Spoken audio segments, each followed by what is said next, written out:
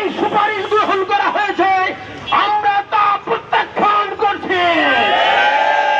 শুধু ইসলামের বিরুদ্ধে নয়, দেশের সকল ধর্মের বিরুদ্ধে এই নারী কমিশনের প্রস্তাবনা, আমরা এই প্রস্তাব মানতে পারি না। আমরা এই এক পেশা নারী কমিশনকে অবিলম্বে প্রত্যাহার করে এখানে ইনসাফের ভিত্তিতে সমস্ত ধর্মের প্রতিনিধি নিয়ে একটি নারী কমিশন গঠন করতে হবে।